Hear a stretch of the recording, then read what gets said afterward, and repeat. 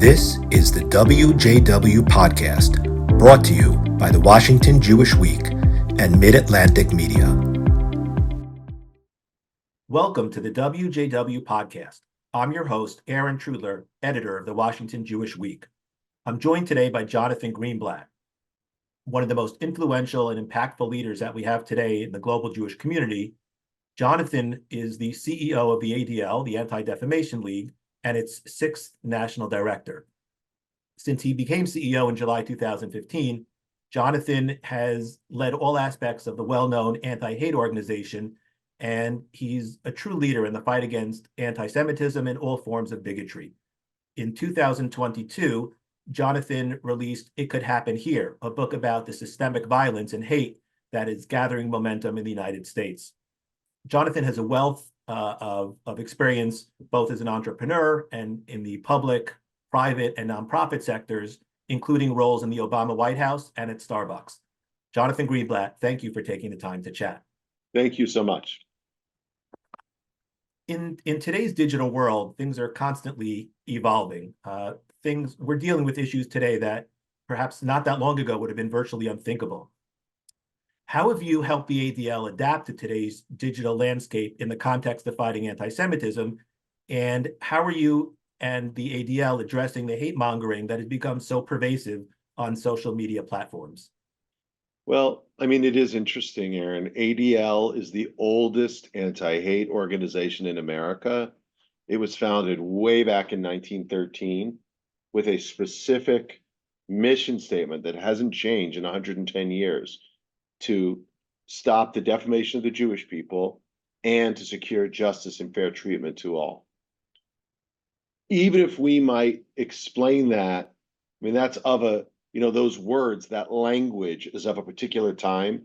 Even if we might explain it a little differently today, we wouldn't say stopping defamation of Jewish people. We would say fighting anti-Semitism. Wouldn't say fair treatment to all. We would say, fighting hate and pushing for justice for everyone. It's the same mission statement. And it's a mission statement that's bound up in this timeless Jewish idea, that was sort of, it's like Hillel, if you will, right? If I am not for myself, who will be? If I am only for myself, what am I? I think it calls on this very Jewish impulse of trying to repair the world. Now, that being said, the organization has survived and thrived for well over a century because we have adapted to the times. And in the moment we're living in today, when we've seen a historic sort of surge, a tsunami of anti-Semitism, and we can talk about that, I would say that one of the primary drivers of this is social media and technology broadly writ. Social media is both causal, in as much as it's the most effective publishing platform that's ever been created in the history of humanity. And so whereas Hitler used radio and Henry Ford used kind of the printing press, if you will, right, with the Dearborn Independent, today social media expands the impact of, expands that kind of, the efficacy of hate by making it much more accessible, micro-targeted, ubiquitous, and algorithmically shaping what we see, even if we don't realize it. So with that being said, we've had to adapt. So I come from that world. I worked in Silicon Valley for many, many years before I came here. I was a product manager building software products, right? Like I learned how to work with engineering teams and QA teams and sales teams to identify a market opportunity, to write a kind of what you call like a requirements document that laid out a vision for a product, to work with an engineering team to actually build against that kind of layout. I did that at a company that ended up going public and getting very big. I did that inside Google at a venture that Google incubated. So I have seen this. I've been in this kind of movie. And so I've tried to bring those learnings here. So we opened a center in Silicon Valley back in 2017 because we thought Facebook was the front line in fighting hate. Today, what is it, 7 years later, we are not only looking at social media, this single largest super spreader of anti-Semitism and hate. We're also looking at gaming. online games. We're looking at podcasting. We're looking at sort of publishing platforms like Substack or Medium or whatnot. We're looking at messaging applications like Signal or Telegram or WhatsApp. We're looking at all kinds of value-added services that have been some very moderated in relative terms, some not moderated at all, and all of it demands our attention. You mentioned things are changing, and you also alluded, Jonathan, to just the rise in anti-Semitism that we're seeing. And we've definitely seen a wide range of Jewish hatred manifesting itself over the past several years. We saw that way before October 7th, as you mentioned, and we've seen since October 7th a situation where it seems to be spiraling out of control over the past bunch of years, whether it was a Tree of Life synagogue shooting or Jews being verbally or physically assaulted on the streets. It definitely seems to me that anti-Semitism has just become more, let's call it, normalized and mainstream. What's your current assessment of the situation as we currently see it? And what has to happen in order for things to change and in order for perhaps the rise in anti-Semitism to be curbed somewhat? I think we are in the fix we're in for a few different reasons. I think number one, I think anti-Semitism has been normalized in our public conversation by politicians in particular, but a lot of people in public life. The weaponization of anti-Semitism means that slander that was once sort of off limits has now become common practice. Whether it's blaming George Soros or Sheldon Adelson or the Rothschilds for everything that's wrong in the world, the kind of conspiratorial thinking that often dominates in a landscape filled with disinformation. I mean, anti-Semitism is a conspiracy theory, Aaron, right? So the conspiratorial thinking contributes to an environment where anti-Semitism and scapegoating becomes the go-to practice. And we know history from our own history that anti-Semites see Jews as we're the go-to scapegoat. So I think number one, it's been normalized because of conspiratorial thinking and scapegoating.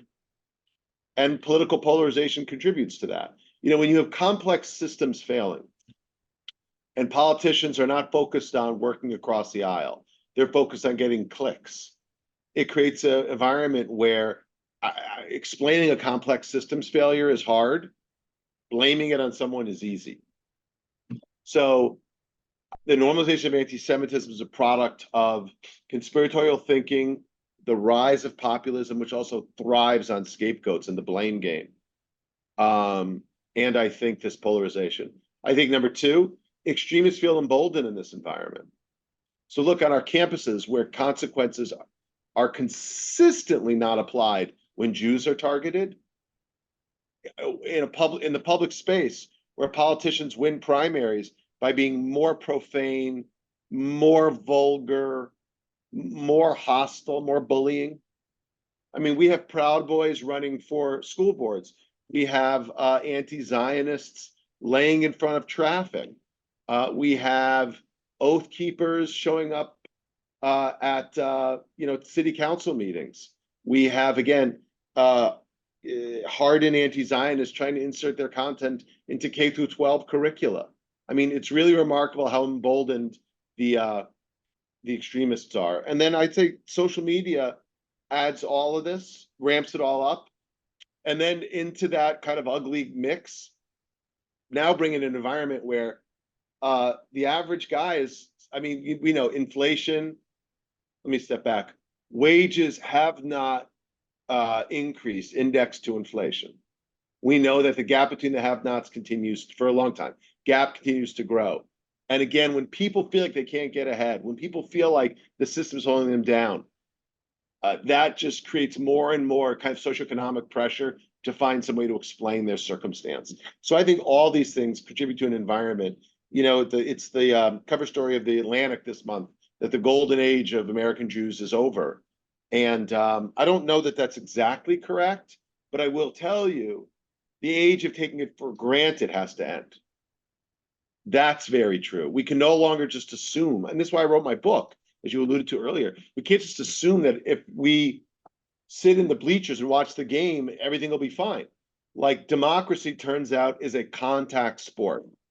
And it's not a spectator sport, it's a contact, get on a field sport. And we all got to be, as Jews, on the field, ready to fight for what we have, ready to defend this democracy, ready to preserve the privileges that we have earned with a lot of hard work over the last 250 years. Because if we don't, it can all go away. Jonathan, you mentioned campuses and also, I guess, like you said, K through 12 institutions as well. But I want to focus on college campuses for a moment, because as we all know, those have really become a hotbed for anti-Semitism. And we've read many accounts of Jewish students feeling very unsafe on campus. And it seems like it's very warranted based on the various incidents that we're reading about and seeing on the news and on social media. How can universities and their respective leadership teams do a better job creating safe spaces for their Jewish students on campus in light of what we're seeing vis-a-vis anti-Semitism? Well, it's interesting. Like, I'm not one who really likes the term safe spaces. I think we need brave spaces on our campuses where you can have hard conversations. Because, by the way, Aaron, and I may be outside the norm in some ways, but I think hate speech is the price of free speech. Anti-Semitism will happen in an open democracy. People saying vituperative things that really inflame us, that's what it means to live, again, in a democracy where we have the cherished kind of First Amendment. My problem is when universities or other institutions have this, when hypocrisy is their operating model, when they apply different standards to Jews or anti-Semitism and all other forms of intolerance and other minority groups. Like, that is the nub of the issue. Some of this, I believe, manifests from this sort of DEI industrial complex, which forces all of our young people to play or compete in the oppression Olympics, either in team oppressor or team oppressed. For a series of different reasons, Jews are wrongly, I think, look, nobody belongs in the oppressor bucket. It's not a thing. I mean, there are certainly issues of systemic racism. Anyone who denies that, I think, is not looking at the data or is delusional. But on the other hand, it is certainly true that we have to judge people based on their merits, not based on how they show up or where the zip code where they were born or what their skin looks like or where they happen to pray or who they might love. And so I think we're in a situation on these college campuses where an ideology has taken hold that is splitting our kids into categories. So how do we deal with this? Number one, leaders need to lead. College presidents, again, I mentioned, or I alluded to the president of the United States before, but whether you're president of the United States or a college president or, I don't know, a PTA president, everybody, if you're a leader, you should lead and not be led. So what does that mean? That means applying a lens of moral clarity to difficult moments, being consistent in how you apply policies or enforce rules, and holding people to task. You don't get deterrence if you just indulge everyone. And a higher education system, which is based on indulgence, is fostering ignorance, not education. So number one, leaders need to lead and simply enforce their existing codes of conduct, right? And simply be the adults in the room, and that's why they're getting paid in the first place. Number two, I think we need to revisit this, like I said, this sort of DEI industrial complex, and I say that as someone who believes deeply, passionately in diversity education. It is so important. We live in the most heterogeneous, multicultural, pluralistic society on planet Earth. It is a good thing. You could be a better friend or a better classmate or a better colleague or a better peer or a better instructor or just a better human being if you understand what the people around you are going through. Like, I think empathy is a very desirable dimension of our personalities. But again, if your idea of diversity, equity, and inclusion perpetuates the exclusion of Jews, then we have a problem. If your idea of equity is everybody gets their share because they're entitled to it, as if it were a human right. No, I actually think you're entitled to opportunity as a human right, not equity. You have to earn your share. You don't get handed it, but everybody needs the opportunity. And we need to make sure that people all can get to the starting line, and then it's up to them to run the race. They don't all get a trophy. And then finally, again, I think this notion of diversity is so critical, but we might need something more like pluralism. My friend Ibu Patel, an amazing social entrepreneur and a award-winning author, he started something called Interfaith America. He talks about the fact that the melting pot is the wrong metaphor for American society. A better one would be a potluck dinner. In a melting pot, you dump all your stuff in the cauldron, it all gets mixed up. And then one thing comes out. In a melting pot, everybody brings their dishes and we share with each other. And, my Iranian wife could bring her ghormeh sabzi, and my, Hungarian grandmother would bring her dobish tort or a chicken paprikash. And you didn't put them in the same pot. You actually both brought them to the table and you had the chance to taste both and learn about the background of both. And I think that as a mental model is much more aspirational. It's much more inclusive. So again, less diversity, more pluralism, less equity, more opportunity, and less inclusion and maybe more empathy would be a great way to reimagine how we're helping young people, walk into this world. That notion of the potluck concept of everybody kind of bringing their own thing to the table made me think of the fact that many Jews, I think, make the mistake of thinking that they have to fight anti-Semitism alone. I think that anti-Semitism, just like any other form of bigotry, is something that we all have to band together as a global society. You used the term before, Jonathan, moral clarity. I think not just Jews have to have moral clarity when it comes to anti-Semitism, but others as well. What do you think the Jewish community could do? And I know the ADL works on this extensively, but the broader Jewish community can do to help enlist the assistance of other folks from beyond the Jewish community to help combat anti-Semitism? Well, look, I think I am white, and yet I think racism is my problem too, not just the problem of my Black friends, right? I am Jewish, but I think anti-Muslim bias is a problem for me, not just my Muslim friends. And anti-Semitism should also be a problem for my Black, non-Jewish, or my Muslim friends. So I say that because I think we're all in this together. I do believe that in order to have friends, you got to be a friend. So showing up for one another really matters. And showing up, I've heard from a lot of people in the last several months how upset they were that more people didn't show up for the Jewish community after 10/7, which I understand that feeling of abandonment. I understand that feeling of even betrayal, some might say. On the other hand, I think, so if someone doesn't call me, I'm going to pick up the phone and call them and say, hey, why didn't you call me? Like, I'm hurting. And I've done that with a number of people, and we need to be not afraid to do so. And then we need to tell our story. This is really important. I think Jewish people have allowed, our detractors, the sort what I will call the pro-Hamas crowd, to sort of define the terms of the public conversation about Israel. I'm tired of it. I think we need to find our strength. We need to remember that we're right. We need to remember that we are a covenantal people with a long relationship to the land and a deeply moral obligation to stand up for one another. And I don't think calling out the tragedy in Gaza, I don't think calling out the slaughter of like Palestinian women and children makes me, anti-Semitic. I think it makes me human. But if we also should be able to say, while we need Palestinians to live with dignity, without fear of violence, the reason why this is happening today is because of Hamas. The reason why Israel is going there is because of Hamas. The reason why, yesterday I was in Washington, D.C., and some woman from JVP came up to me in a hallway. And she said, I'm whatever for a ceasefire. And I said, oh, I'm sorry, you're Rabbi so-and-so from JVP. I said, where's your dog tag? She said, what do you mean?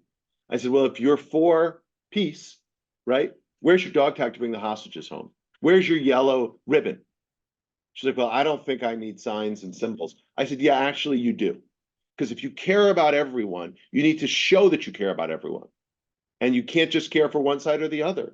So I think we as Jews need to acknowledge our moral responsibility to be there for everyone, but also like our fidelity to logic to recognize Hamas started this. It's a genocidal group that murders Jews with impunity, that wants to continue to murder Jews with impunity. So how do we stop this? How do we get our allies? Number one, we need to pick up the phone and call if they're not calling us. Number two, we need to be there for them when they don't ask. And then number three, we need to have pride, and we need to not feel afraid. We need to actually tell our story with conviction because it's right. And having the facts on our side, the truth can be a very liberating thing. And so I think that's crucial as well. Jonathan Greenblatt, thank you so much for taking the time to chat. Really my pleasure. Have a great day.